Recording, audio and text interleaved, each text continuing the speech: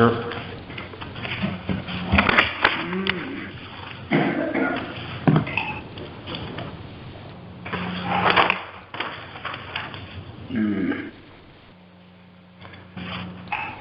Well, good afternoon and welcome to the Selectmen's meeting, the 15th of November, 4 o'clock.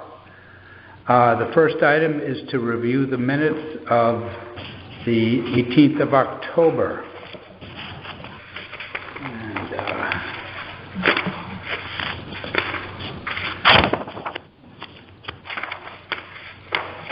take a motion for that, please. I'll make a motion. Second? Okay, moved and seconded. Any discussion on the minutes? I do not. Yes, please. Thank you for sending those out today. I appreciate it. Under approval of minutes, section 1, paragraph. These were corrections from our previous meeting. It says, Selectman Nozel said she has not seen the minutes from the emergency meeting held on August 21st, 2021. They are yet to be approved. Then someone wrote a note, like an author's note maybe. There was no emergency meeting on October 21st, 21st of August 2021. There was a special meeting on the 31st of August 2021, and minutes were approved on 7th September 2021. I don't know why that note was added. That wasn't discussed at our meeting. My discussion was, where are those minutes? And in fact, we did have an emergency meeting of the Board of Selectmen on that Saturday because of the pending hurricane. It was by phone.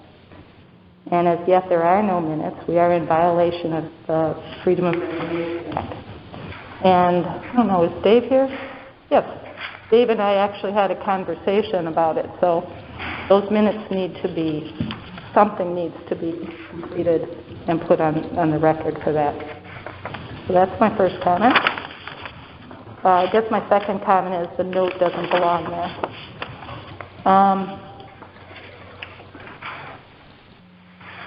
On page 2, under Soundview Sidewalks, last sentence, just to be correct, Selectman Nozel wants the first selectman to remind the DOT about the 5-year plan for a bike lane on Route 166.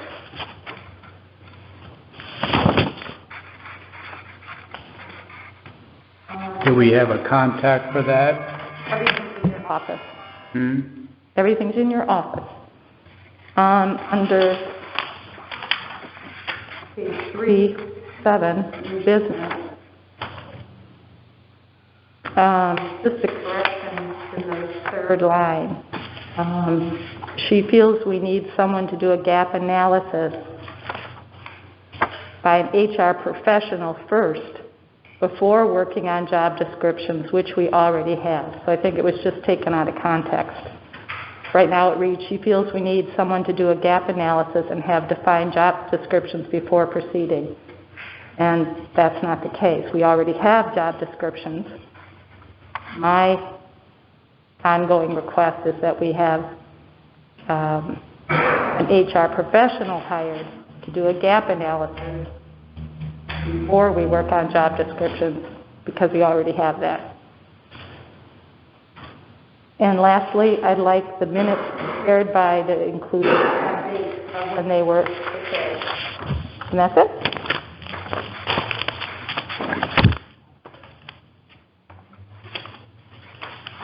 Okay, we can have a motion approved as amended. Are we ready to vote? All in favor? Aye. Aye. Very good.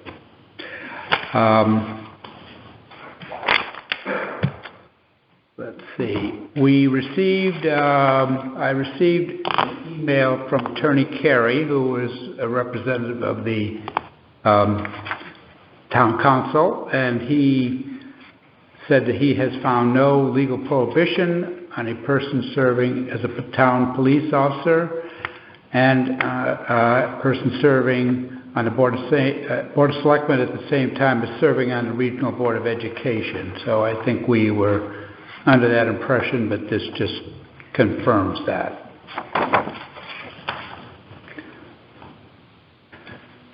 Next item is the withdrawal of the Halls Road Village District petition to the Zoning Commission. The petition was withdrawn on the 8th of November, and so we're going to schedule a meeting this week, at which point the committee can come together, talk about the next steps, and we can have a discussion about items that could be taken care of, and just what the next couple steps will be, and ultimately this application can be resubmitted to the Zoning Commission once we have all these things in line. So that correspondence was delivered last week to the Dan Beret, the Land Use Administrator. Tim, can we have some discussion on that? Yeah, if you'd like to comment on it, sure. Yeah, I think it was a surprise to find this via the media. So there, up until last week, the interaction we've had at the Board of Selectmen with our duly appointed committee was all systems go. They presented to us in the summer. So at what point did you find that there was a problem with the application such that even though you submitted it, you withdrew it? And what went into that thought process? As it says in the letter, I think that the committee should vote on it as a committee. I think that would be a fairly standard practice when anything is being moved to the next level. The Planning Commission is in the process of evaluating it. There have been some changes to the petition, which when they can be covered by amendment, but obviously depending on how many changes there are, that could become a cumbersome thing. So I really think that the commission should be called together to talk about it and have a vote of that body. It is not that unusual for a petition to be withdrawn and resubmitted, according to Dan Beret, and so I think it enables the process to have a more complete application and hopefully get the Planning Commission's input as well. Well, it's just because the Planning Commission gives the referral, the 824. So, correct? What advice? No, I don't think it's an 824. I think it's their response to the Plan of Conservation and Development. And so I don't believe it's technically an 824. Okay. I guess my question again is, what changed between the first hearing was in October, and there was no indication, at least at our meetings or from the public, that on the Board of Selectmen meeting, that there was any concern. So what happened between that and the day of the second planned hearing for you to pull the petition? I think the fact that the committee I was not aware that the committee had not, as a group, voted on it, and I think that's a very important step. And I think the Planning Commission... Could you not have called the committee together to do a vote then, before that? What? If you felt that way, could you not have asked the committee to meet and vote before pulling the petition? I think they can do that. I think the intention is to put a pause on it, get these details accomplished, and then again submit. I still don't feel like I know what went on in your office between the first hearing and the second hearing. You pull it on the day of the hearing. I wasn't aware that the committee hadn't acted on it, and I just think that with the amendments that those can be incorporated. I think I don't know how I think the planning has to harken back to what was submitted as opposed. Maybe they can follow the amendments as well, but I think that is a better process to have it fleshed out, which apparently didn't happen. So these were not questions you asked before you signed the petition or the zoning process. These were not questions you asked before you signed off on it. When I was made aware of that fact, as I said before, that's when I think it would be important to go back and have the committee act upon it, make a vote, discuss it. I'm not sure what dialogue there was, but I gather that without the vote, it just seems that's an important step. So I guess you assumed the day you signed off on this that all those steps had occurred. You assumed.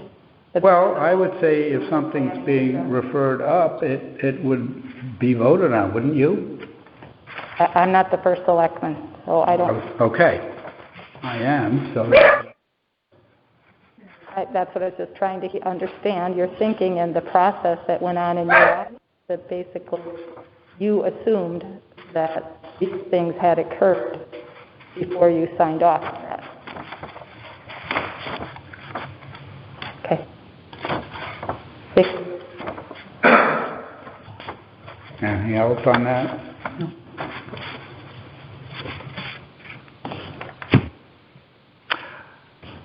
All right, under appointments, we have a vacancy on the Harbor Management Commission, and we have an application from Michael Presti. Michael was a candidate for the Board of Education, and he's done various volunteering at the school. He's a 24-year Coast Guard career as a navigator and a boat driver, managed navigational aids, buoys and lighthouses, and the local waterways with the Coast Guard. He's familiar with the waterways in town, and the chairman endorses the application. This would be for a term going till January 31st of 22, so it's fairly short term. I should, on the agenda it should be, I see it says 21, it should be 22. A motion to amend the agenda then? Motion to amend the term ending for appointment CA Michael Presti on the agenda for Harbor Management Commission alternate term ending 31st January 22 from January 21. A second. Okay, moved and seconded. All in favor? Aye. Okay. Now we can make a motion for Michael Presti. Second? Moved and seconded. Any other discussion on it? Just quickly, typically the process is that the Board of Selectmen receives a copy of the application just to put eyes on the process before we come to the appointment stage. Most of us are a little bit aware of Mr. Presti, and I agree that, or I believe that the chair supported this recommendation. That's the other piece that usually the first selectman goes out to the chair of the commission, asks for their thoughts on the approval of an alternate. And when we get some kind of paperwork at the Board of Selectmen level ahead of time. This did not happen, but again, I believe most of us know who Mr. Presti is. Very good. All right, shall we vote? All in favor of Mr. Presti? Yeah? Aye. All right, thank you. Turning now to old business, we have the Soundview sidewalks. Mary Jo, Sure, thank you. The Community Connectivity Grant met last week on the 8th to discuss the final project steps. We received approval from the DOT for the final work, which was to use the remaining grant, which for eligible connectivity projects, and we have gone through the town permitting process for approval of a transit hub, which is essentially a bus stop, and we had worked with some neighbors to kind of give them some buffer. And so when we got approval, I believe it was November 2nd, we discussed the final steps at our meeting, and all of this work is going to be done under change order to the project, which will be our third change order. And the process is the change order comes to the municipal agent for approval, and in this case it's the first selectman. And so our engineer sent it to him last Thursday, and as soon as Tim signs that and sends it back to the engineer, the work can begin on that phase. In the meantime, the punch list items that remain, those have been begun to be worked on by the contractor today. And as the board may remember, the aprons on some of the driveways on Hartford Avenue were not extended to the length required by our planning commission and for the building standards. So those are being excavated today, and they'll be poured tomorrow. Tomorrow the contractor plans to work on the repairs to the sidewalks on Shore Road that don't quite make the DOT's requirements at the ADA accessible point. I think there's about 6 pieces of sidewalk that have to be adjusted. And then the plan was they were going to begin on the transit hub on Wednesday, but you have to get approval from Tim. And the other part of that is, I'm not sure if you've heard from the estuary, or the Nine-Town Transit rather, to see if they have ordered the bus shelter. They are going to be donating that to the project. Have you heard from that, on that? the what now? Have you heard if they are sending the shelter? The actual physical delivery of it?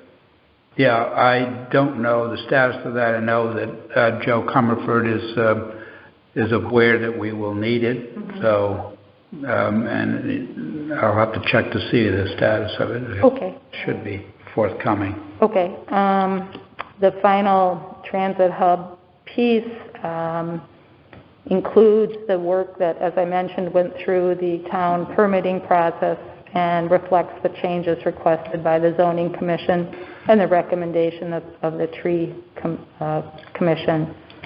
So at our that meeting in October, the zoning commission asked for some additional signage, make it clear to drivers that this is a bus-only lane at 290 Shore Road. They asked for us to redistribute the landscaping somewhat, extend the aprons in the driveway for the bus, and it also approved as grant eligible, or the DOT approved as grant eligible, a small patch at Teddy's restaurant to be repaired. So the final cost of the transit hub, including this patch at Teddy's, is $96,750. That's pretty much what I have. Do you have any questions? I think probably you and I need to huddle and try to come up with what would be required to see this through as much as we can. I'm not sure where we are with respect to the $400,000 remaining and what needs to be spent.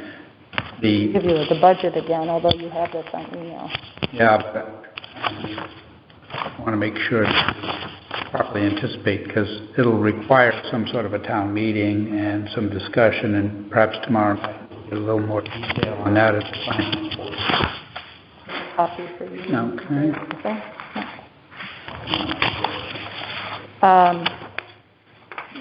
You know, there's really nothing other than what's in the minutes. We've been in most of our meetings. The big changes since zoning was the landscaping budget was reduced, the number of trees were reduced. I tried to save some money there, and then redistributed them based on zoning's recommendation. As you know, the committee reduced took out a trash receptacle. We've only put in one bench at the transit hub. We're going to be using the telephone poles that are down there in that area and using those, or the contractor will take them and chop them up to make the post and rope fences. So we'll be using those because they're available and saving some money that way. I think everything else you're pretty much familiar with. The part that is not grant eligible are primarily the costs for our engineering, design service, and construction services. We're about $33,000 into that. So at our last meeting, you know, I just estimated maybe at most $35,000.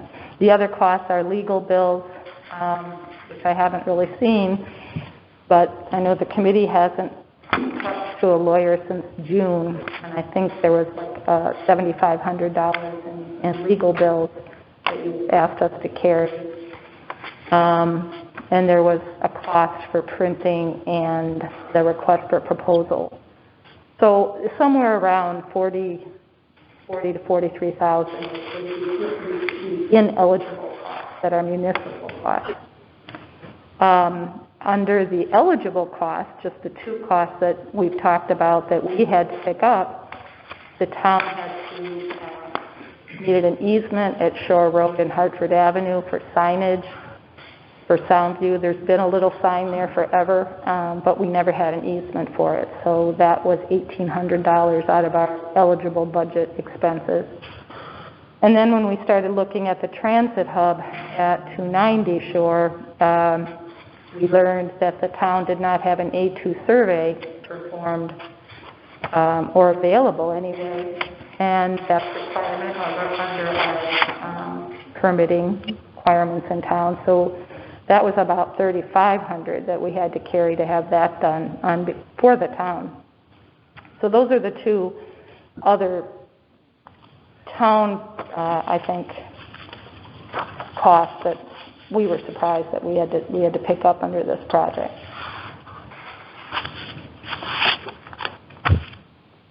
Okay, we'll go through that. So one of my questions, I was going to ask it later, does the Board of Selectmen care to have me stay on this project after today? I should think so, yeah. Yeah. You're willing? I sure would be happy to see this through, but I just wanted to make sure that that was okay with you guys. Good. Thank you. Turning next to the Soundview Sewers, the intermunicipal agreement with Eastline. Now that the election has passed, we were going to try to schedule a meeting with representatives in East Lyme to discuss that. I think we mentioned before that there was a letter that we received that suggested that that there be two agreements, one for the three beaches and one for the town of Old Lyme.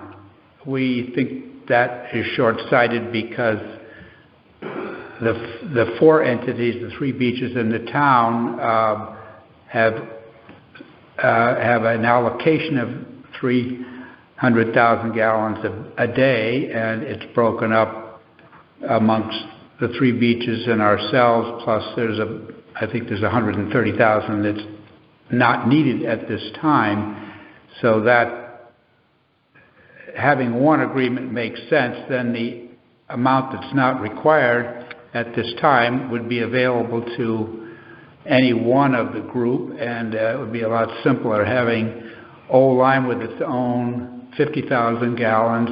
We would not have a reserve without working across to the three beaches to try to avail some of that. So we're going to have a conversation with East Lyme and see if we can structure this as one agreement. The bids have come in for the various parts of the project, and they are still quite high. I think the materials are partially responsible, and I guess the analysis is ongoing, so we don't have a clear read on that. But I think that the private beaches have independently canvassed their members to have favorable action, and I think this exceeds what many were anticipating, and so they would have to go back out to their membership, and once things are a little clearer. Of course, we do not at this point have what the likely cost of the gravity sewer will be, and that is, of course, a very important factor. The three private beaches would do their own installation, and the town/Soundview would do its installation, and then we would all take our proportionate share of the shared infrastructure. So, as I've mentioned, we really need all entities participating. If one were not to proceed, that would make it very difficult for the rest. Plus, we all have a consent order from the DEEP, so if a party were not to want to move forward, that would be very difficult to reconcile with the DEEP. So we're hoping that we can get some clarity here. And as I mentioned, we do have the intermunicipal agreement with New London in place, so that's at least a very positive step. So there'll be more on that. We will, as I say, try to get a meeting with East Lyme to work on that intermunicipal agreement, and then the group will have to really see where the bids come out after the engineer's gone through everything and assess where we are, where we're going.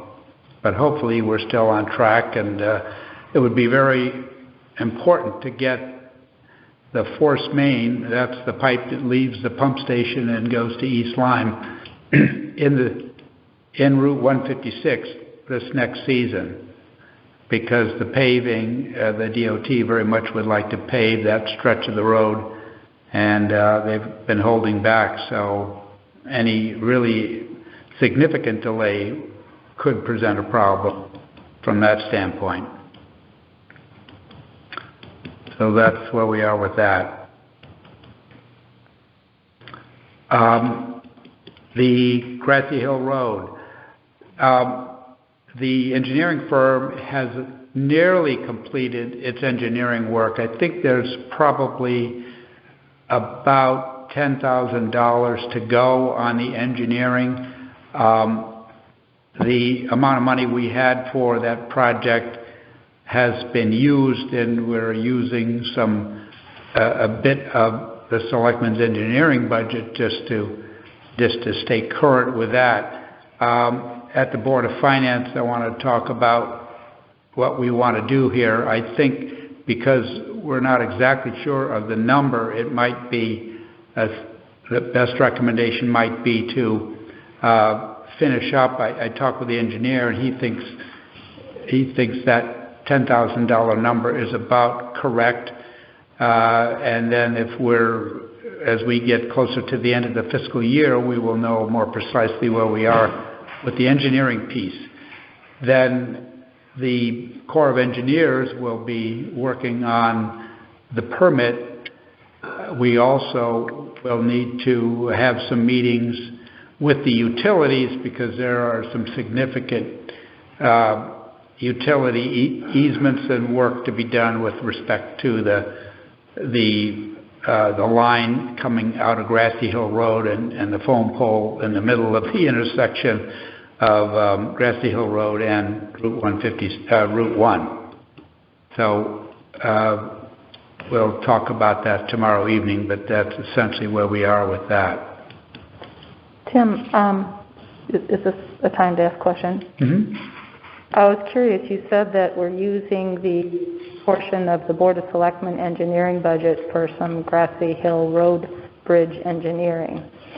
And I'm wondering why you approved that for a project that was delayed and may start, whereas the Soundview Sidewalk project, you weren't interested in using the budget for that sidewalk. Well, particularly for the two things I mentioned earlier, for an easement and A2 survey that really the town should. Well, I would say when anticipating the Soundview sidewalks, or the transit hub, if one needed a survey, that should have been included in the budget.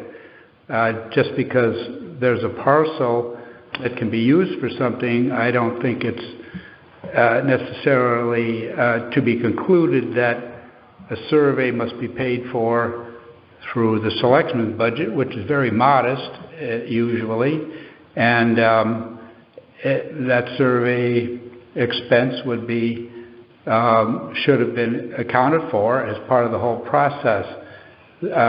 Ideally, these projects should have funds for things such as legal or the easements or whatever. I mean, the engineer can look and say, you're going to need an easement here or there, and I think just saying, well, figure it out, it's not our problem. I think the project requires it, and therefore it must be incorporated in the project, either through an appropriation. I didn't say 10,000 is going to come out of Selectmen's engineering. It doesn't have that kind of a balance. It's about $500 or $600 at this point, and we will need to come up with some additional money. So the Board of Finance may be requested to consider an appropriation, or they may wait toward the end of the year and make an appropriation at that point. It's something that will not be sustained by the Selectmen's budget. Well, I don't disagree in theory with what you just said, but on the other hand, my point has been all along that those two items in particular. Okay, ready? And the town was using that corner all along. So one would, I think, a reasonable person would assume that you had an easement there. And then same with the 290 Shore. The town had bought that parcel. One would assume that they had gone through the process. So I'm just pointing it out that it looks a little, it smells, frankly smells. I think there are a lot of town parcels that don't have surveys. If a parcel is going to be developed, I think that should be part of the cost of that development. And I think it's unreasonable to say that, well, we shouldn't have to pay for legal, we shouldn't have to pay for an easement, we shouldn't have to pay for a survey. It's part of the project.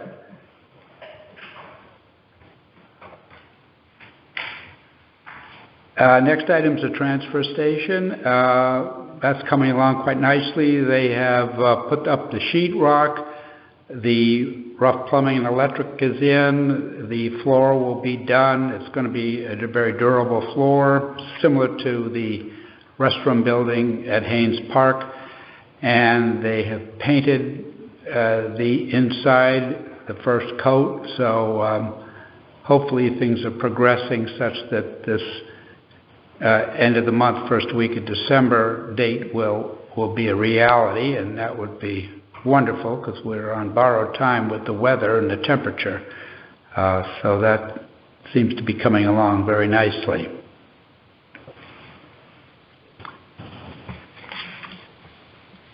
The Tannem Hague landing. We talking with Attorney Collins. There is research that's in progress right now about the landing, the legal aspect of it. I think we're at a fork in the road where we can either go the distance with saying it's the town's property, which I think we maintain at this point, and then there may be a lawsuit based on the owners disagreeing with us. An alternative might be to figure out if we disagree on who owns it and try to come up with an agreement as to how the access and so forth would be done. That might eliminate a lot of the legal wrangling going forward. I think the attorneys looking at other cases, if you get into a lawsuit about this, it could go on for several years and take tens of thousands of dollars to litigate. I think the town would be prepared to do that because I think this has been a very hot topic in the past and remains the same today.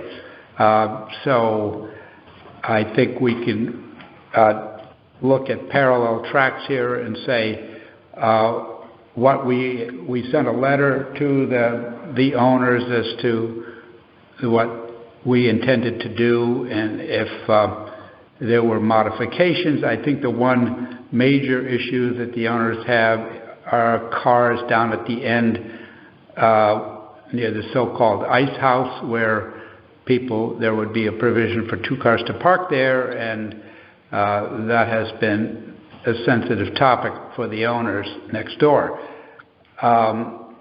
If we were able to negotiate something where cars could come down, leave a kayak or whatever boat, and then park above, that is a possible, but it's not the same as what we have at the moment in terms of the letter we sent. So we had a meeting with a couple of the owners on Colt Lane to discuss this, and I think we'd be well served to perhaps have a broader discussion, because I think that group of people have the biggest stake in this landing. So I think we're prepared to go either way, and so I think we can try to have a conversation with some of the residents nearby to see what would be possible from their standpoint, and then speak with the owners, and hopefully we could come up with some mid-ground here, but it's by no means resolved at this point. Tim, just to refresh this board's memory, at a couple meetings when this board had gone along with the recommendations of the Harbor Management Commission, we modified it very slightly.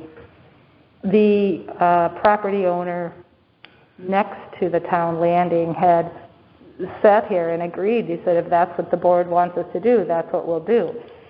So it sounds to me like we've kind of done a 180, and now we're not using his own words against him, if you will. He agreed to our recommendation at one point. That's before they did their title search, and now they are emboldened to say it is our property. Mm-hmm. How much has the town spent on the legal work to date on this effort? I haven't received a bill because we had them start working on this, but I don't believe I've seen an invoice.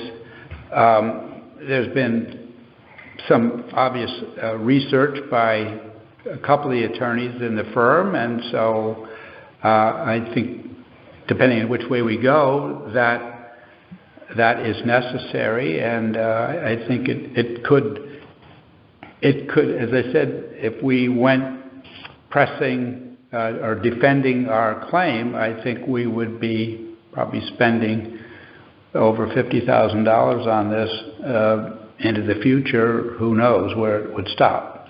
Well, I just made an inquiry of the work. In October alone, we've spent over $3,300 on legals, just in October alone. So you may not have seen the bills yet, but I can't imagine what they are. Well, that's not surprising. Yeah, I agree. I think this whole thing, as you used the word, the owners became the neighbors. The owners of the property next to the town-owned landing became emboldened. Yep. So we are trying to work things out, but we also realize that there's some very strong opinions on it, and so we respect that. American Recovery Plan. Could you give us an update? You're sitting on that group. The group met for the second time a couple of weeks ago. The next meeting is coming week. It was a very interesting discussion. There's a subcommittee that has volunteered their time to put together a town survey that's going to be beta tested. I think it's going to be just what we need to take the pulse of the community, both businesses and residents, as to how people are faring post-COVID, and for then the committee to make some decisions and recommendations to the Board of Selectmen going forward. I am again going to ask at this point, I was representing the Board of Selectmen on this American Recovery Plan Committee, and I am going to recommend that somebody on the Board of Selectmen going forward take my place. A survey of the residents is contemplated that would be mailed out? It'll be provided in different formats to the community, and then the data evaluated, and then we'll move forward from there. Or the committee will move forward from there in making their assessments. There have been certain requests that have been submitted already. How does the committee envision we would evaluate these specific requests? I think they're aware of a number of them and so forth, and some of the towns are starting to get into the approval stage and so forth. So I'm just wondering, is there a track whereby requests that have been submitted could be evaluated, or is it being held in abeyance until the survey's done, or what do you think? That did come up at the last meeting. Right now, I think the focus is trying to make sure that the decisions that the committee makes are transparent and equitable, and some of those requests may fall into the different categories that will be evaluated by the committee. If something's outside that, they'll definitely take a look at that too. But as you know, we just got started. This will be our third meeting, whereas some of the other towns have been meeting for some time. Mm-hmm. Yeah, because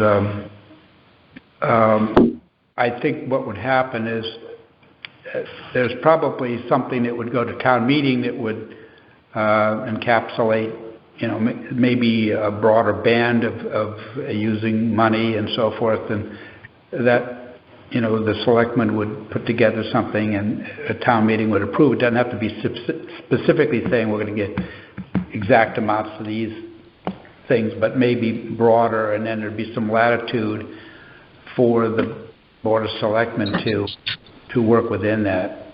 Yeah, I think that's sort of the overall goal. Is there may be categories when we get the data back and we look at it that could be, kind of rounded up to a certain category. For example, a business group, they can make the determination. Yeah. But all of those recommendations, as you say, will need to come before the Board of Selectmen for approval. Yeah, because I know the COG is working on a couple of things where there is a committee in Middletown as part of the Middlesex Chamber that could help underwrite some of these requests that we might have, and it can be actually done for each community that would be part of this plan, and they could do a lot of the legwork, which would be terrific. Yeah, in fact, at our last meeting, the chair of the COG came to speak with us, so it was very interesting to see what they are developing with the towns in the COG. Everything from maybe like a joint legal forum for anything that may cause there to be legal review, to specifics maybe on certain projects that you could work regionally on. Right. But that was the first speaker we've had. It was our second meeting, so it was very helpful. And I know they're also developing an RFP that might help all the towns with reporting functions and so forth. So that might be take another load off each town. Okay. So again, I'd like to recommend that the Board of Selectmen going forward put another member of the Board of Selectmen on this committee.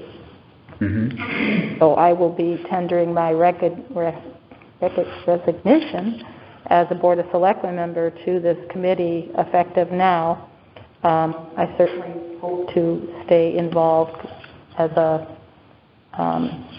townsperson going forward, but I think it really is helpful to have somebody of the Board of Selectmen sitting on this committee.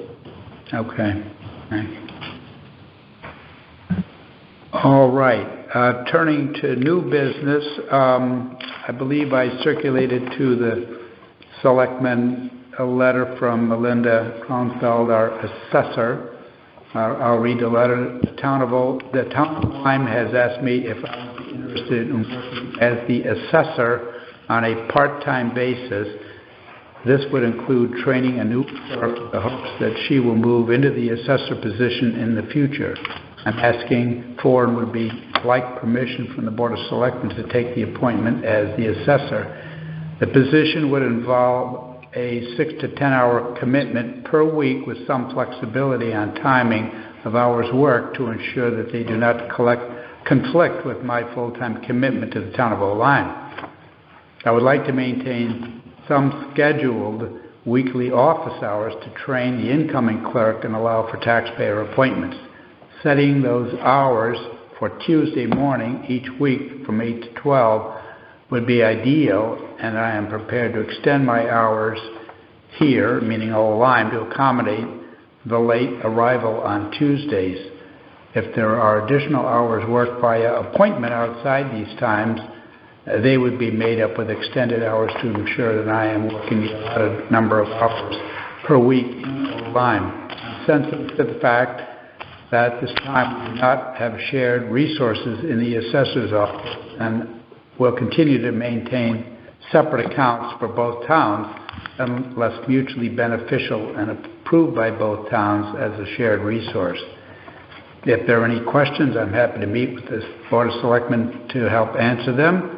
Thank you for your consideration of this opportunity presented to me by the town of Lyme.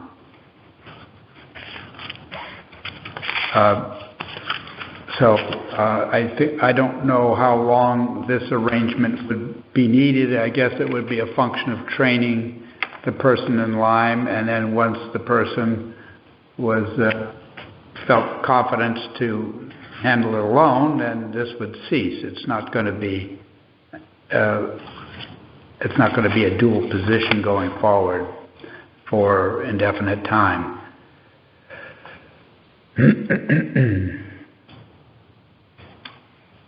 I think the fact that Melinda could extend hours, and a lot of her work is working out of the office, looking at various properties and so forth. So it's not simply being in the office all the time. That's not the case. So I don't know if you've had thoughts about this, or would like to have her meet with the new board, or just what, but I think she and the town of Lyme would be like to get this going if we can approve it, but if we need more time, I'm sure that's fine as well. I'll make a motion to approve that the Old Lyme assessor serve as a temporary assessor for Lyme as per her letter. I'll second that. Okay, any other discussion on it? Well, is it definitely part-time? It would be this 6 to 10 hour type of commitment. I think she indicated that it would be from 8 to 12. So that's a 4-hour stretch, obviously. But maybe there would be after hours. I know some towns meet at night, so maybe she... Yeah, that sort of thing. And she would need, obviously, to schedule things to respect that particular Tuesday morning time when she wouldn't be in the office. Ms. Frazier would certainly be there, but or if something really came along, I'm sure she could be flexible and make it a different day if something important came along that required that.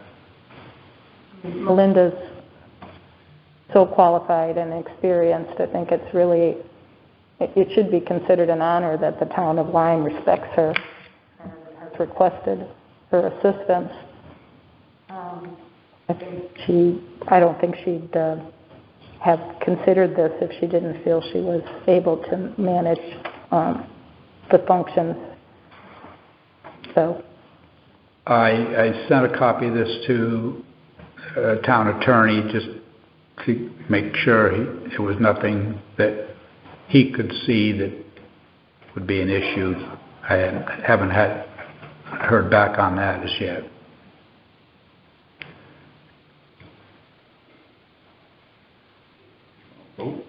Okay. May we have a vote to allow Melinda Kronfeld to serve as the temporary assessor in Lyme on a part-time basis, as described in her letter of November 9th. Aye. Aye.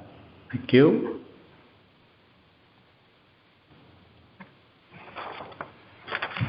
Next item is the emergency medical technician training. We received a notification from the ambulance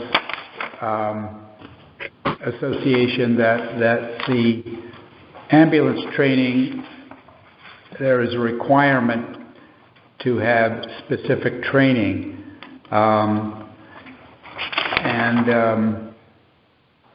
it's a certification. So for recertifications, all EMTs are required to take 42 hours of classes training, including a new one on human trafficking every 2 years.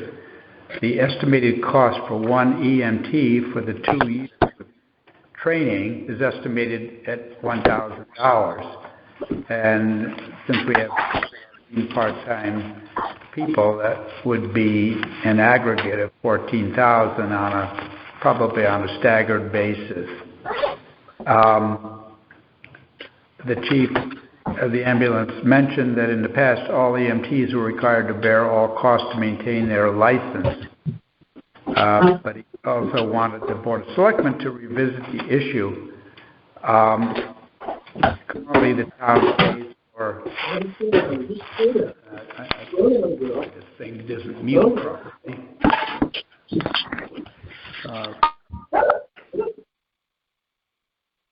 All right. Okay. currently the town pays for travel and classes and I don't know about lodging, but anyway, it does say lodging, for the assistant to the animal control, building inspector, town clerk, assistant town clerk, tax collector, assistant to the finance director, assessor, public works, police officers, and land use, and even some of the chairmen of commissions. So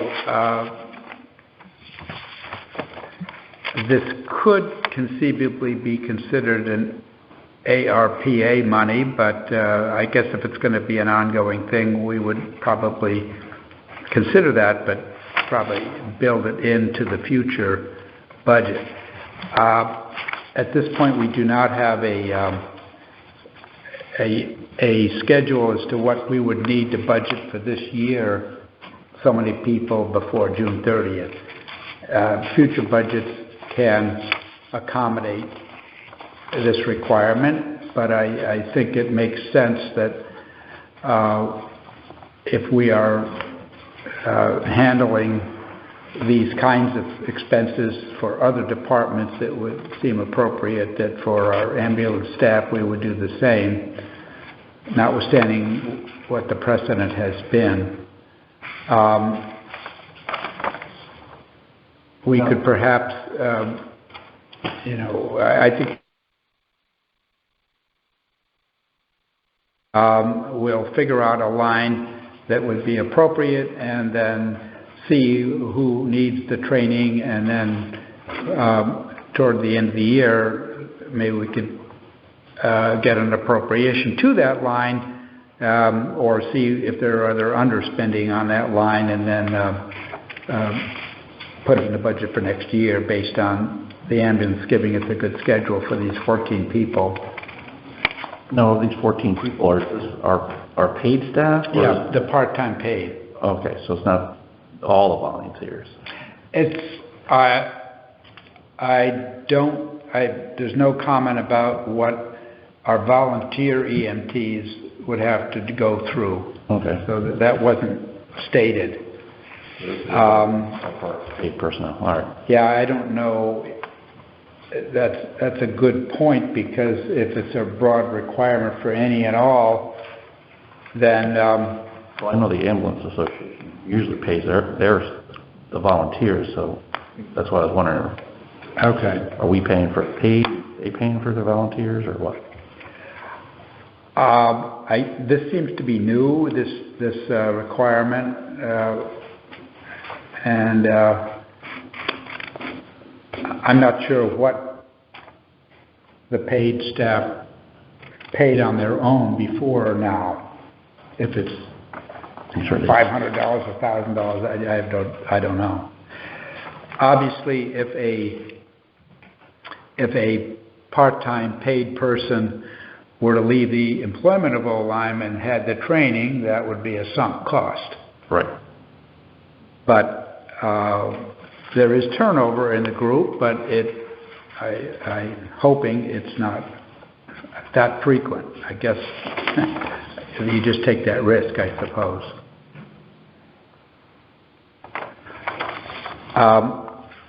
I don't know if we need a motion, because we really don't have a figure to say we should recommend to the Board of Finance that they do this. I think when we get more information as to who needs training and when, and we can start coloring that in, we can talk to the Board of Finance tomorrow and see what they think. But I think if we had a recommendation that this seems like a sensible idea, we can be on record that we recommend it, subject to understanding the mathematics a little better.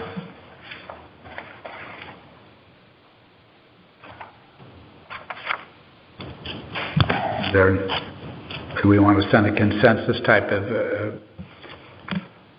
word to the Board of Finance, or what's your pleasure? I'm forward of paying the training, just want to know who it was. So I think tomorrow night you should ask. Yeah. Do you think that we would have the identity of the folks or the number of folks that would need to be trained by tomorrow? I would think the Board of Finance would have the same question. it's possible. We could check with the chief of service there and see if they can say we have 5 individuals, whatever, and it would be a little more quantified. Okay, but it's required. The training is required. Yes, I believe so, and I'm not New required training. for recertification. All EMTs are required, so that would answer that question, and with the volunteers as well. So I guess I'll make a motion that Board of Selectmen is on record believing that required training for our town's EMT be paid for out of the town budget. Right. I just don't know. Well, yeah, we could get those numbers from the ambulance people, because they would hopefully at this point. I mean, maybe we could say up to 20,000. That you would say. Well, 14 is the max. Well, then let's say up to 14,000. Yeah. So I'll amend Not my to budget. exceed. I'll amend my motion to say that the Board of Selectmen recommends paying for EMT required training expenses in this fiscal year up to $14,000. I'll second. Okay. Motion, Mr. Sir. All in favor? Aye. Aye. Very good. Mr. Roberge, I have, wait a minute, excuse me, I guess not quite yet. Historic District. The Historic District has been working to reconcile the written description of the limits of the Historic District boundary versus the map, and apparently there's some differences. So I don't know if John Noyes, I don't see John Noyes here. So John Noyes, who's a member of that commission, has been working with town council, thinking about what needs to be done to reconcile it so that the map and the words are correct. And I think it's at the north end of town. I think if I'm not mistaken, I think it's the Peck Tavern may not be in the Historic District, and maybe the map says that it is, something like that. So they're trying to get this squared away, and the fee was estimated at $1,500 to do the full reconciliation, and the lawyer said not to exceed $2,000, but $1,500 sounds better. So this is something that will be discussed tomorrow evening with the Board of Finance to clean it up and make it so that the map and the wording is the same. So I guess we would consider endorsing the request of the commission to have this reconciled. I mean, this is the first that's come before the board with this request. I think the request for legal budget, as it's stated on our agenda, doesn't explain what it's for sufficiently. So, I mean, if we were to make a motion for this, I think it should be explicit as to what you're requesting as well as how much. Yeah, I don't think they, let's see, I'm trying to see if they have a legal budget. Nicole, do you know, does Historic have a legal budget? They have a small legal budget. Yeah. So I think we could, I'm not sure if they have any plans for that. We're not halfway through the year, so it's hard to say, but if that were not contemplated to be used, then they could reduce whatever the request is to a lower number. And I think that probably a member of the commission will come tomorrow night to talk to finance. So it would be an appropriation to that legal line. Again, whether people said, well, why don't you do the work, we're aware of it, and once it's completed, we'll know more precisely what the amount is, or do like a not to exceed. I think the attorney thought that a $2,000 amount would be more than sufficient. $1,500 would be probably pretty close, so they do have a small balance, and I don't believe it's been used as yet.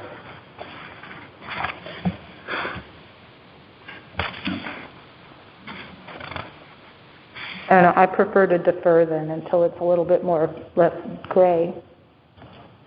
Maybe the next selectman will have more information after your discussion with the Board of Finance tomorrow, of which to make a more specific motion for. I still think it's a little fuzzy.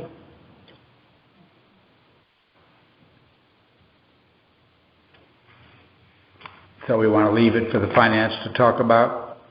Yeah. It's easy enough. Yeah, I think we would agree that we want it to be corrected, but all right. Okay. The next item is the Emergency Management Regional Asset Funding Resolution, and I have one resolution, Dave, so maybe if you could come on up and give us a little, and you could let me know if this resolution is the one that pertains to this one.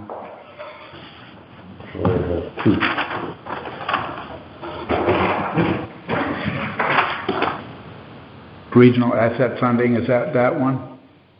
Yes. Need a second? Actually, I have two. Why don't you swivel the mic there and then he can. The State of Connecticut Department of Homeland Security and Public Protection has received federal fundings, which has been divvied down into each of the DEMIS, or Department of Emergency Management and Homeland Security regions, where $385,306 will be allocated to Region 4, Regional Emergency Preparedness. That money is designated to be allocated region-wide over regional collaboration, enhancing information and intelligence, addressing emergent threats, capital region, metropolitan, municipal medical response teams, medical response and preparation and response, Citizen Corps program, enhancing cybersecurity, enhancing protection of soft targets, and combating domestic violent extremism. The state of Connecticut is asking all the municipalities within Region 4 to participate in a memorandum of agreement which would allow the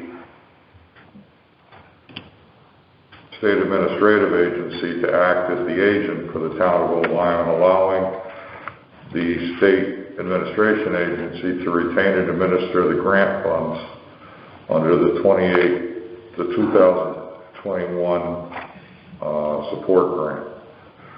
And also for the town of Old Lyme's responsibilities, if we become fiduciary owners or participants of hard assets, that we will maintain them.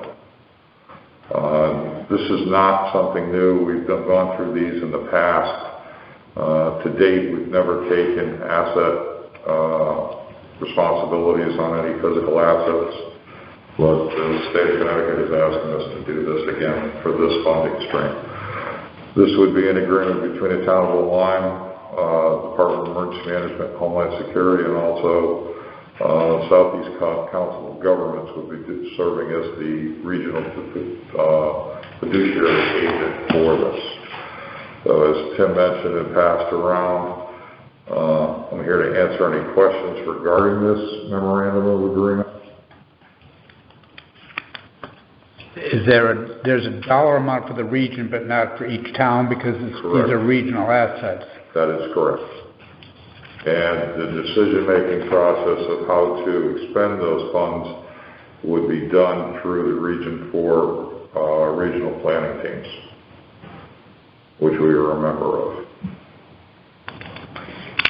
Dave, can you give an example of what some of the assets would be that we could expect to get and maintain? I do not know. The past history on this has been procurement of electronic message boards, support trailers for animal rescue, and supports of other assets, physical assets for each of the emergency planning team support functions. All I can say is the purpose of this funding is, again, through regional collaboration, enhancing information and intelligence sharing, addressing imminent threats, capital region medical response systems, medical preparation and response, and the Citizen Corps program, which is a volunteer program, enhancing cybersecurity, enhancing the protection of soft targets, and combating domestic violent extremism, which is very broad-brushed areas that this funding could be used in. So the planning teams meet how often to make determinations on how to use the funding? This will probably move forward again, is the ESF functions, fire, EMS, police, public safety, or Red Cross, public awareness, energy. Each of the emergency support function groups will have an opportunity to come up with a plan on how, if they want to draw, if they have a project, and if they want to draw from this funding stream. And again, the fiduciary management of this would all be done through CCOG.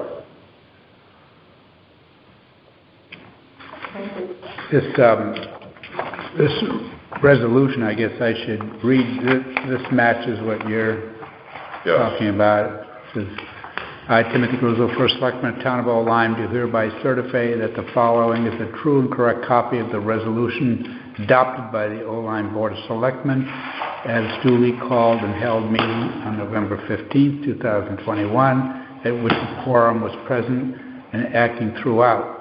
And the resolution has not been modified, rescinded, or revoked, and is present in full force and effect. Resolved, the Town of Old Lyme may enter into, with, and deliver to State of Connecticut Department of Emergency Services and Public Protection, Division of Emergency Management and Homeland Security, any and all document which it deems to be necessary or appropriate. And further resolved that Timothy Gruzel, as First Selectman of the Town of Old Lyme, is authorized and directed to execute and deliver any and all documents on behalf of the Town of Old Lyme, and to do and perform all acts and things which he deems to be necessary or appropriate to carry out the terms of such documents, including but not limited to executing and delivering all agreements and documents contemplated by such documents. The undersigned further certifies that Timothy Gruzel now holds the office of First Selectman, that he has held that office since November 2019. In witness thereof, the undersigned has executed a certificate on the blank day of the month and year, name and title of the record keeper, which I believe is the town clerk. That is correct.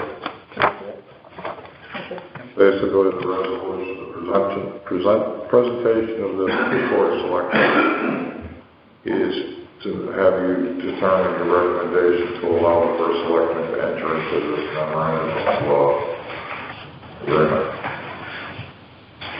And paperwork will be forthcoming at a later time, is that right? Yes. Make a motion to approve. I'll second. All right, moved and seconded. All in favor, say aye. Aye. Aye. Okay. If I have, you want more? Is that also a resolution? This is also a resolution. And you have that resolution? It's worded almost exactly the way it's read. State of Connecticut sends out or offers out to municipalities what's called an emergency management performance grant. What this is a financial supporting agent that goes to all town municipalities based upon their population base to assist in providing a funding stream for municipalities to be able to expand, support, or grow their emergency management force. Town of Old Lyme has been, receives $10,000 or is eligible for a 50% return of a $10,000 expense in order to support their emergency management efforts. In the past, we received this grant every year. The dollar values have not increased at all, per se, in the last couple of years from the feds. If we spend $10,000, we get $5,000 back. And Nicole, correct me if I'm wrong, but that is utilized in the emergency management office's portion of, some of the portion towards my stipend, some of that portion towards the phone bills, or my cell phone coverages, and anything else.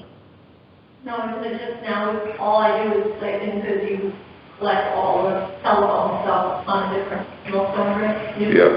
So it's just a stipend. Just a second. So we have the ability of, if I can't claim it under millstone, I think Nicole and I can sit down and figure out what else we can claim as a town expense that we can get reimbursed on. But this is a reoccurring performance grant that we get every year, and in the past histories with it, we've covered phone expenses, my salary, portion of my salary and stipends. It usually totals out. We usually get back anywhere between, I think, $3,000 to $5,000, depending upon these. So I ask the Board of Selectmen to consider this application also in discussion for the first selectman to enter into a... No, maybe I need to read that.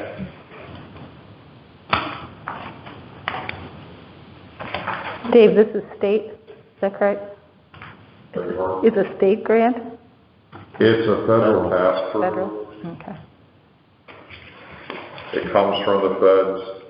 The state divvies it up. And that one's just filling in the same blanks that you did on the first one. Dave, do you think this will tie in at all to anything that's coming from DC or any of the... No, this is a reoccurring pass-through grant that comes directly from the federal government, passes through the state of Connecticut. They act as a fiduciary member of it, and then it gets distributed down to each of the communities in the state and the two tribal nations, depending upon population. Okay. They have a set formula of how they work that out. Collectively, over the last 15 to 18 years, we've been participating in the EMPG grant, and we've gotten anywhere between $4,000 and $5,000 back on every $8,000 or $10,000 expense throughout the year, give or take. Nice if you got more. Mm-hmm. Not enough, but it's some. Yeah. All right, well, this is a fill-in-the-blank thing, so it would be authorizing resolution of the Board of Selectmen of the Town of Old Lyme. I, the Town Clerk, do hereby certify that the following is a true and correct copy of the resolution adopted by The Board of Selectmen has duly called and held meeting on November 15, 2021, which a quorum was present and acting throughout, and that the resolution has not been modified, rescinded, or revoked, and is at present in full force and effect. Resolved that the Board of Selectmen may enter into and deliver the State of Connecticut Department of Energy Emergency Services and Public Protection Division of Emergency Management and Homeland Security and all documents which it deems to be necessary or appropriate, and further resolve that Timothy C. Griswold, as First Selectman of the Town of Old Lyme, is authorized and directed to execute and deliver any and all documents on behalf of the Board of Selectmen, and to do and to perform all acts and things which he deems to be necessary or appropriate to carry out the terms of such documents, and that the undersigned further certifies that the Timothy C. Griswold now holds the office of First Selectman, and he has held the office since November 2019, and witness whereof the undersigned has executed this service, the certificate on whenever she does that, and then it'll be the town clerk. So that's that resolution. Make a motion. Second. Okay, moved and seconded. All in favor? Aye. Thank you. That's it. And in closing, I just want to say, I look forward to working with the new administration moving forward. It's been an honor and a privilege to work with both of the selectmen here through their tenure on quality emergency management and public safety needs. And I thank you for your service. Thank you, Dave. All right, the next item is the Sustainable Old Lyme, which was awarded Sustainable Connecticut Silver certification, which at the moment is the highest award that Sustainable Connecticut recognizes. And we owe Cheryl and the team a hearty round of applause for getting the top honor in the only town in New London County.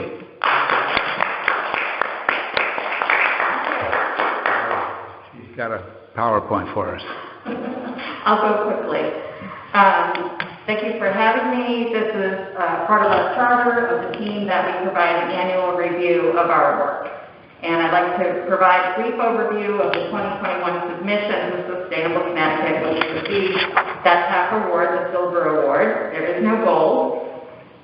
There are only 27 Connecticut municipalities that have achieved that silver certification. It requires a score of 400 points, and we had a score of 430 points. Last year we received the bronze level with 320 points, and it wasn't just a matter of adding an additional 80 points to reach 400. We had to start at ground zero and resubmit the whole application. So it's like zero-based budgeting. You don't get to build on past numbers, you have to start from scratch. What's important to remember is that this certification isn't based on what churches are doing in town or what good work various nonprofits are doing in town. It's about what the town government is doing through its staff and its volunteer commissioners and board members. And you'll see some efforts here, such as the Witness Stones project, that are recognized because of the town's role in supporting it. So in this case, it would be the town's Historic District Commission supporting the project, making the plaques and informational signage on Lime Street possible. And then when they recognize the library or the school district and what they're doing, it's because Old Lyme funds and supports the school system and library, and is therefore part of the initiative. So the way Sustainable Connecticut measures our ability to work toward a thriving and resilient municipality is to offer a menu of best practices within 12 categories. So within each of these categories, there are 3 to 12 possible best practices. So for instance, under that third category, well-stewarded land and natural resources, there's one best practice that has to do with creating an open space plan with sustainability elements to it. So at the beginning of the year, when we get a list of 75 different best practices, we start reaching out to the various commissions and boards and staff to sort out if we're currently meeting these best practices, and if so, we work closely with them or just review their written materials and write up a narrative for Sustainable Connecticut describing how the town meets that best practice. And there's an added twist. Sustainable Connecticut says that the most sustainable approach to any project is to always have the townspeople in the planning process. So we had to share 3 times that we included the community we were serving in the planning process, and I'll point those out. Okay, so we started poking around the commissions and boards and town halls, and we found a number of initiatives that met best practices. And I want to be sure to thank the commissioners and board members and staff who worked with us on this to illustrate in the application what they're doing. And I'm just going to quickly read them out for the people on the phone in this meeting. We have the Planning Commission's 2020 Plan of Conservation and Development. We have the Open Space Commission's 2020 Open Space Plan. Affordable Housing Committee's now a commission, the 2021 Findings and Recommendations. The Selectmen's Office and Emergency Management Communication Strategy. The Selectmen's Office participation in the Arts District Partnership and overall support of arts and cultural programming. The Economic Development Commission's 2019 SWOT Analysis Workshop. The Historic District Commission's approval of the Witness Stone plaque. The Community Connectivity Grant Committee's Complete Streets Project with sidewalks and bike lanes, crosswalks in Soundview and its gateway. The Town Historic Resource Asset Inventory. Town-funded Region 18's Clean Energy by 2030 commitment. The Facilities Department having efficient exterior lighting at the Senior Center. Town Hall's FOIA training for commissioners and board members. And the Town Hall no smoking policy at the town outdoor facility. So that got us quite far, but we still needed a little more work to achieve the silver certification. So the Sustainable Old Lines team got to work, and we created some new initiatives. We created with Suzanne Thompson the Pollinate Old Lime Initiative, which was educating everyone on native plantings and invasive species that affect pollinators and highlighting town properties that have pollinator landscapes. We work with the town of Lyme and LYC to create a summer arts program for middle and high school students. That's with that equity component where we have students as part of the planning process. We had our seniors and older residents help us in 2020 with a walk audit of Lyme Street to understand how well our older residents can enjoy walking there as the hub of our community. And we just completed determining and assessing and sharing on our town website what the residential solid waste is this year. That's our trash. And we had to report what Old Lyme residents throw away per person annually. And if you're curious, 891 pounds per person annually.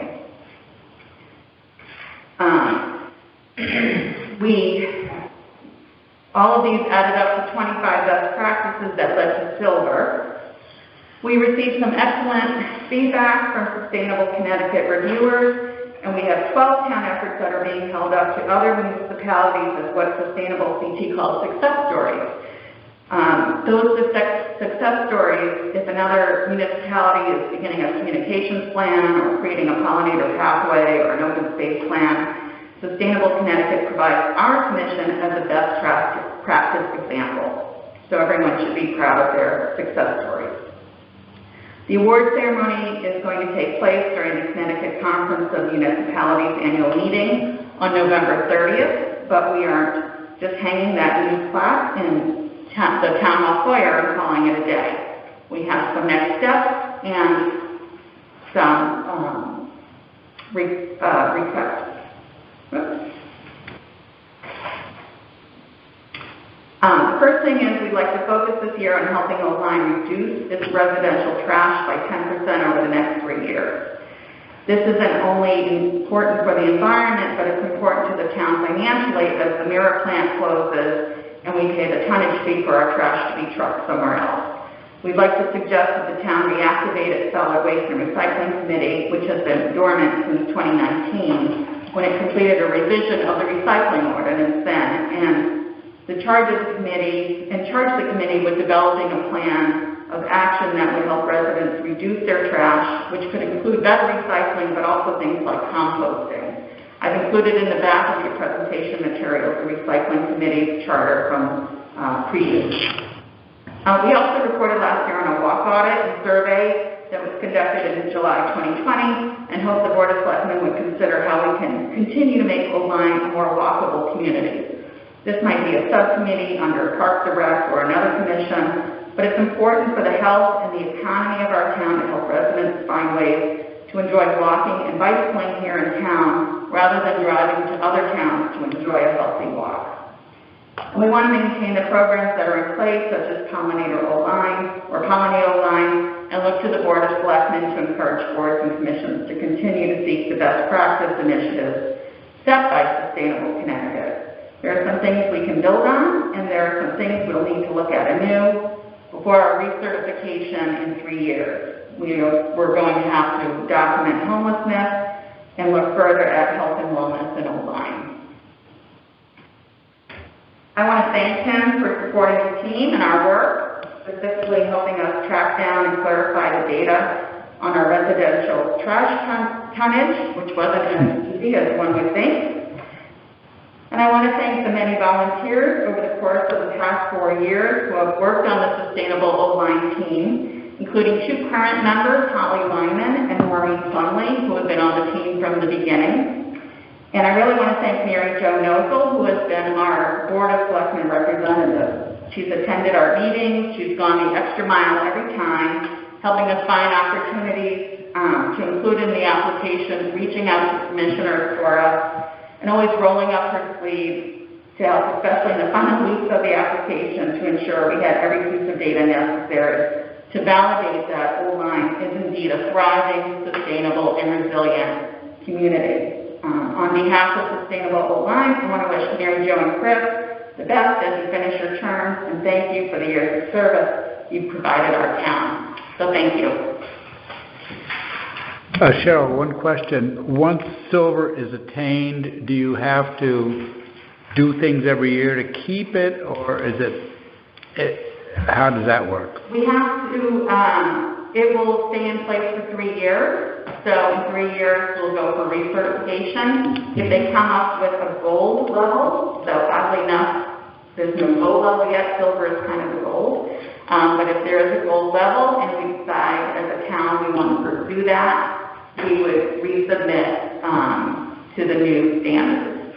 But in the meantime, we can just continue our work and then submit in 3 years for recertification. Mm-hmm. Very good. Well, certainly thanks to you and the team. What an accomplishment. Congratulations. Thank you.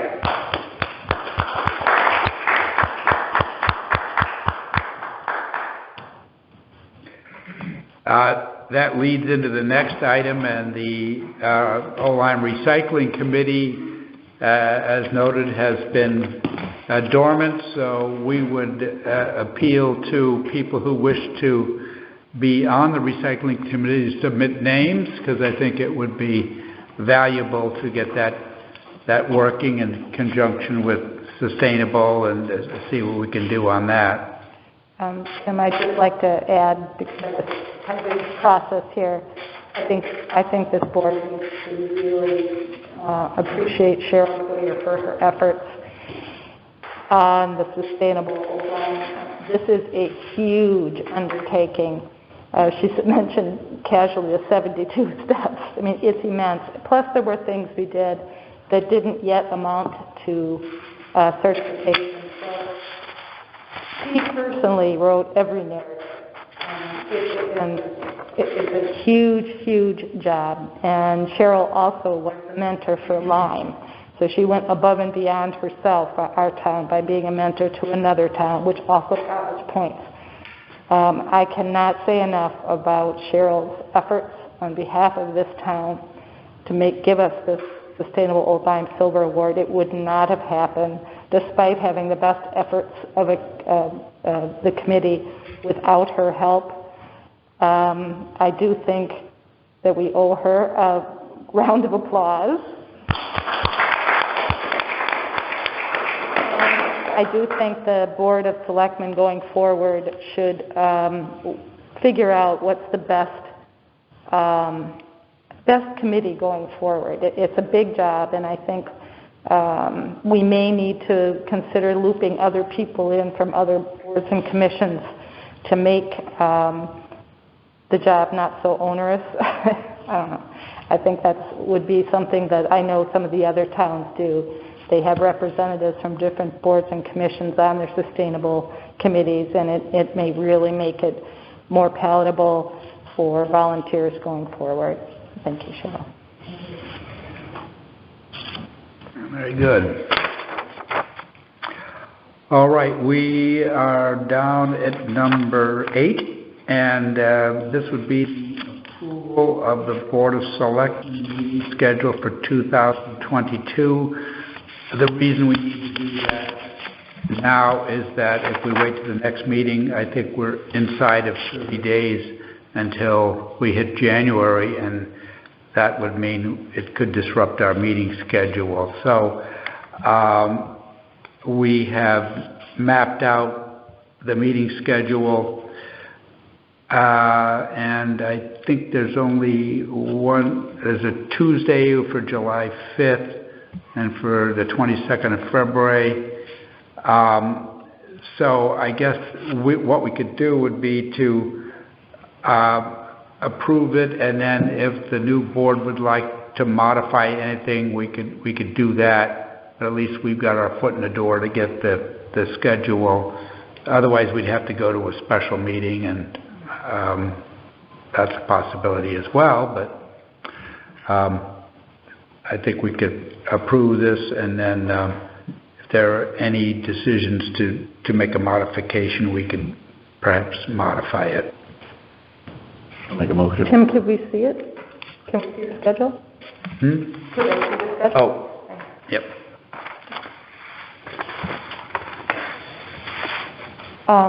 One of the recommendations was that the meetings be held in at least one a month, being held in the evening, that it might be more palatable for people that want to come in the evening, because right now the schedule has all the meetings at 4.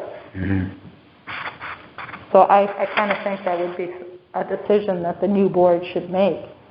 Yeah. But I was thinking if we could approve the first meeting, that would put you in, that would put you, then you'd still have, or even we could do the first 2 meetings maybe. Well, maybe what we ought to do is just to have a special meeting of the new board, which tomorrow is the start date, and maybe we just I think that have would the new board be willing to do that? It could be very quick, so let's just do that, and then, yeah. Okay. And the next and final item is the holiday schedule, which includes a new holiday,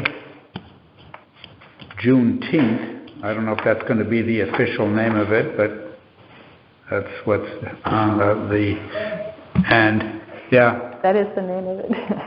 Yeah, pretty snazzy. So, this is also under the new board, so what we'll do is we'll include this when we do a special meeting, because otherwise if we do it tonight, we have different names on the sheet, so. Okay, we'll push those 2 things. All right, we are at the time when public comment. I might activate the telephone.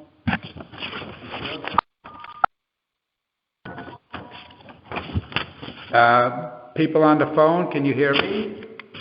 Yes. All right, I would ask for comments who would like to make a public comment. So if you wish, please state your name and address, and then we will hear your public comment. And in view of the hour, we ask that people take no more than a couple of minutes to say what they have to say.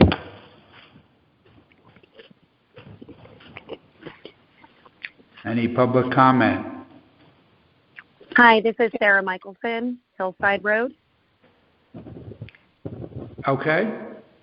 I would just like to thank Mary Jo for your service on the Board of Selectmen. I think you did an amazing job, and thank you for your service.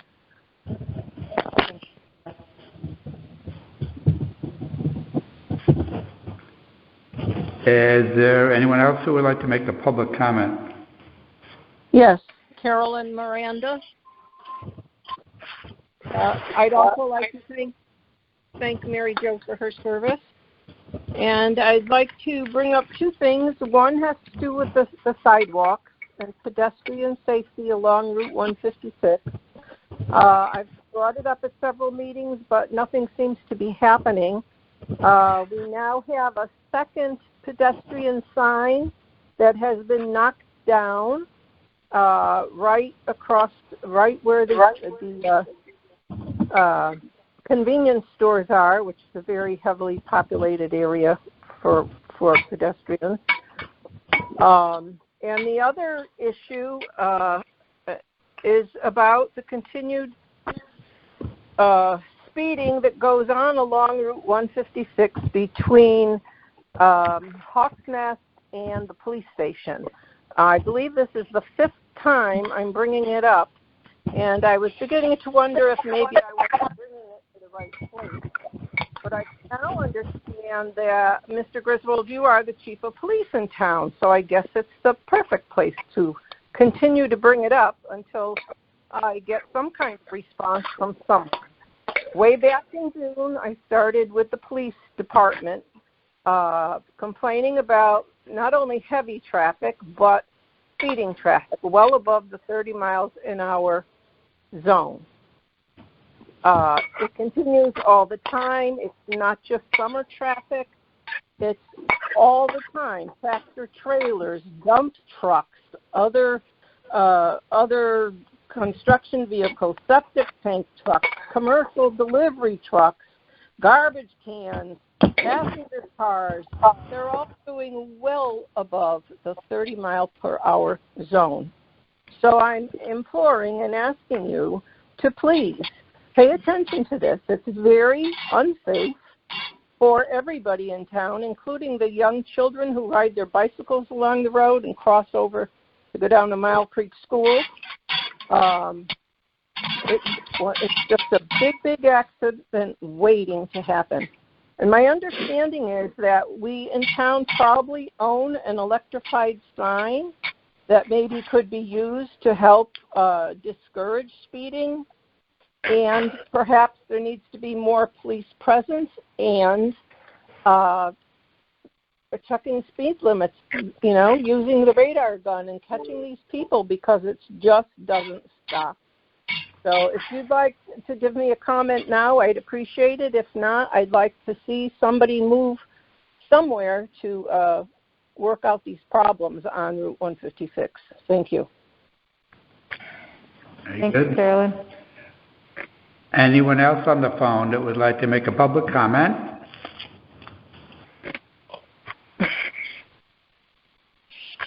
Okay, we'll turn to... Hello? Yes? Hi, this is Kim Thompson on Littlefield Lane. I just wanted to make another comment congratulating Mary Jo on her many years of service. Thank you, Kim, very much.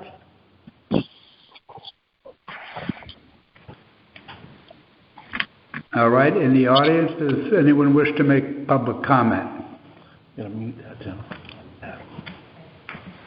Stand by.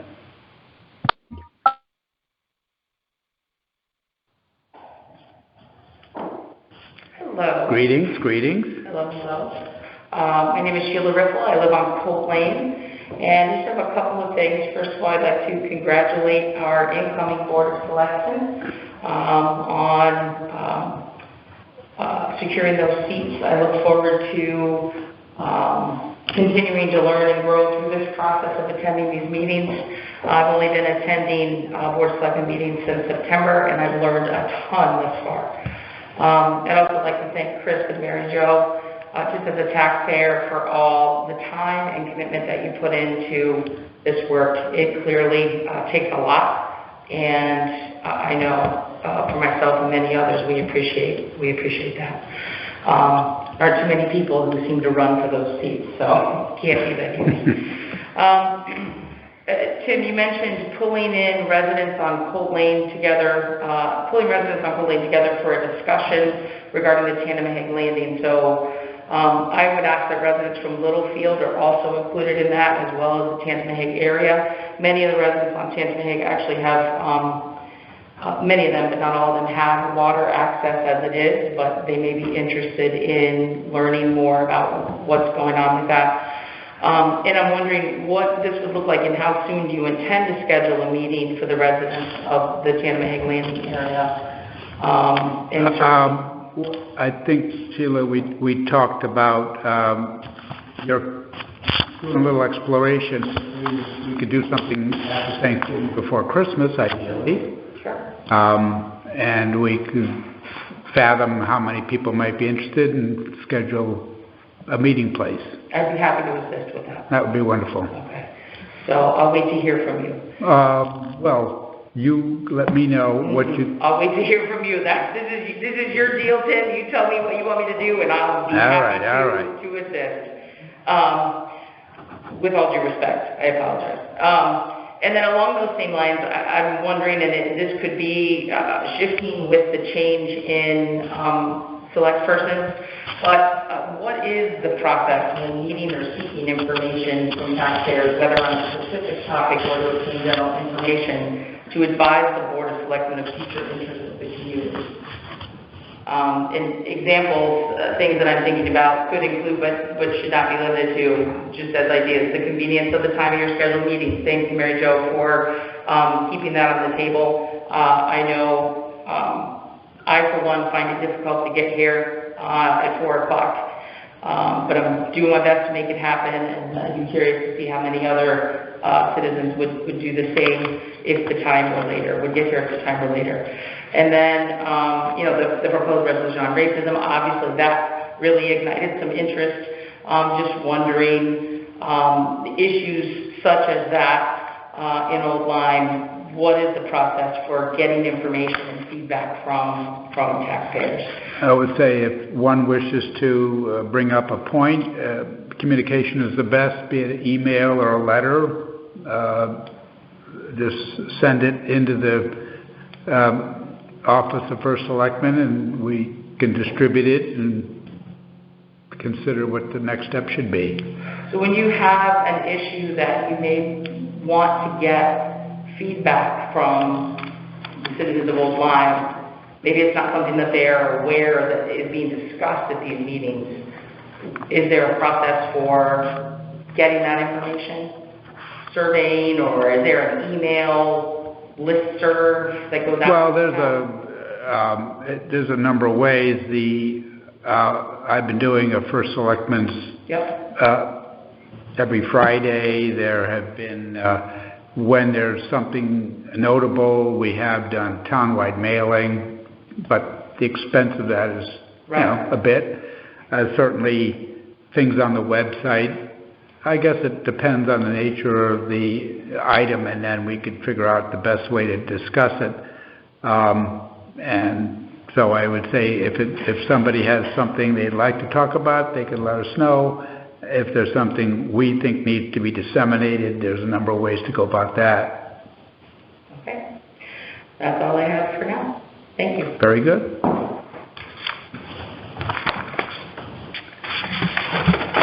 Okay. Turning to other business, I too want to thank the Selectmen for 2 years of diligent service.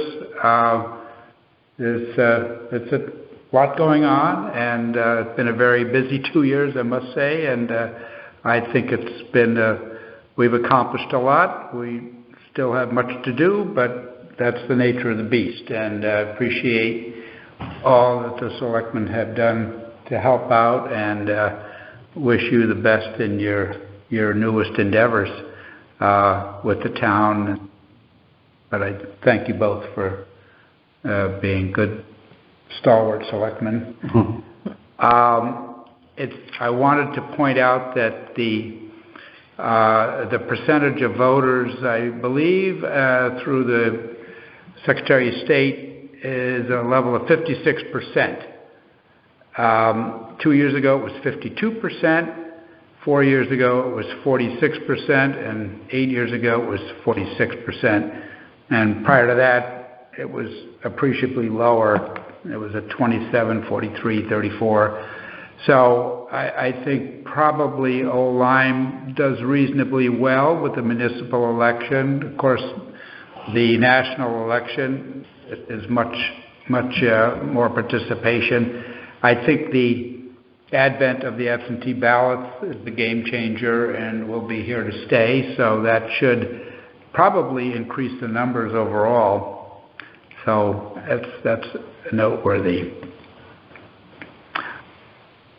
The other business, the senior center had a program where the architects went through the senior center expansion plan. There was a presentation and then a PowerPoint and so forth, and they came up with two different plans that are similar. One was slightly more than the other, but it included expanding the square footage of the senior center. And so I think if you didn't see it, I believe, I'm not sure where they're putting that, whether it's on the town website as yet, but they had a pretty interesting PowerPoint with the dimensions of the space, the appearance of the building and so forth. So it's very interesting to look through. Both of them were very handsome plans, and the price tag ranged from $3.4 million to $3.8 million, depending on the plan. So I think one would hope that we might be able to look for some infrastructure money to help out with this. That would be a big burden, obviously, on the towns of Lyme and Old Lyme. And we have to be mindful that the school came out with their facilities plan, which was plus or minus $45 million to do renovation to the 4 buildings. And we'll be hearing more about that as well. And that's the gross number. I mean, this is before things have been refined in both cases.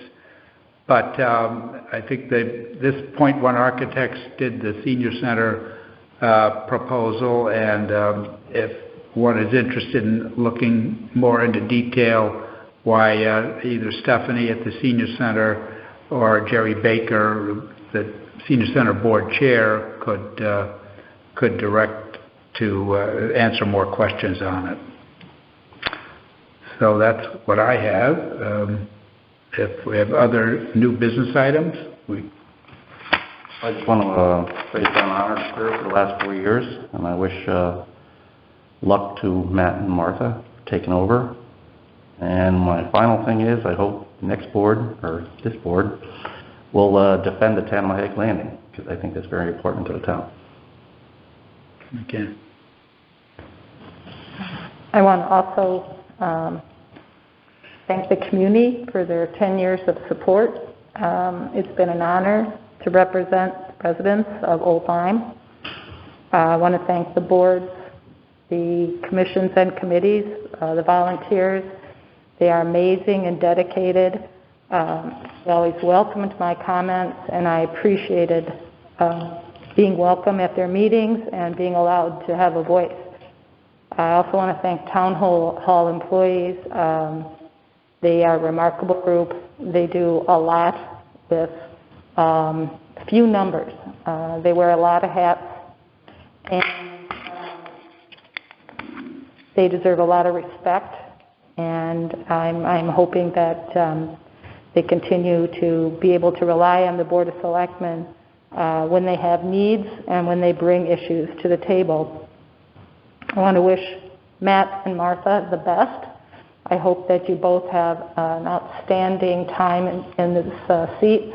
It's a terrific opportunity to get to know the town better and the people, and I congratulate you both on your election wins, but also for standing up and running.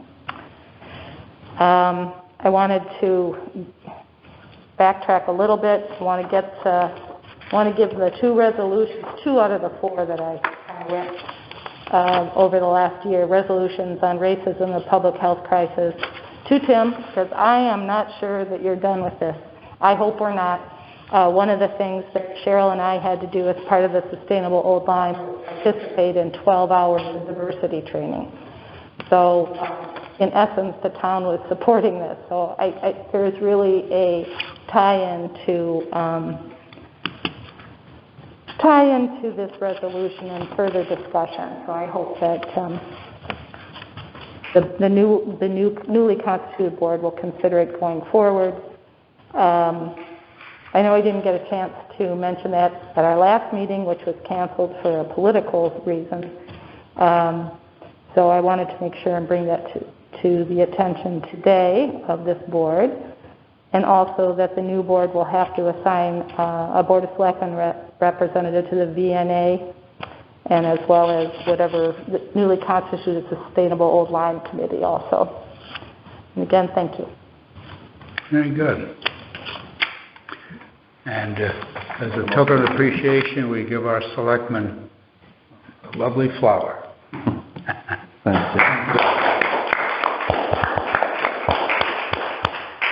Magic word. Second? 5:57. All in favor? Aye. We stand adjourned.